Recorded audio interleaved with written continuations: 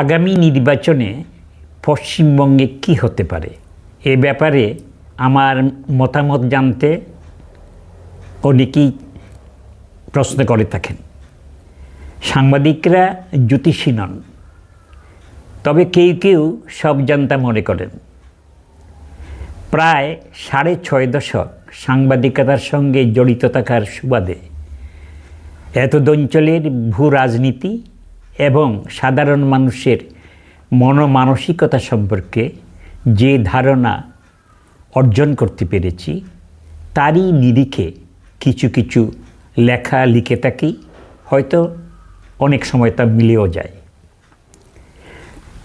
গত নির্বাচনের আগে লিখেছিলাম, জয় শ্রীরাম বলে পশ্চিমবঙ্গে ক্ষমতা দখল সম্ভব নয়।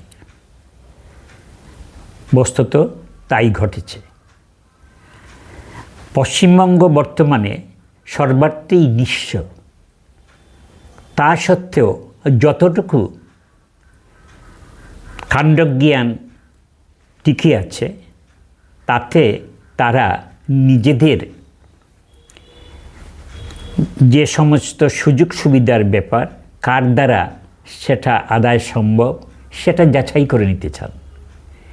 এই জন্য দেখা গেছে অনেক অপ্রাপ্তি, বঞ্চনা এবং অত্যাচার সত্ত্বেও ৩২ বছর তারা বামফ্রন্টকে ক্ষমতায় রেখেছিলেন।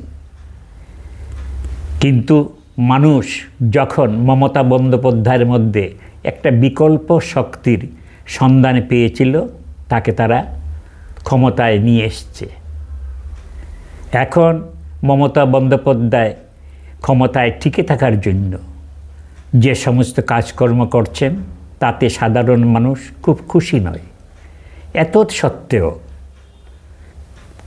এমন কোনো বিকল্প শক্তির সন্ধান পাচ্ছে না পশ্চিমবঙ্গের মানুষ, যাতে এখনই বলে দেওয়া যায় যে নির্বাচনে বর্তমান যে স্থিতাবস্থা সেটা বিঘ্নিত হতে পারে।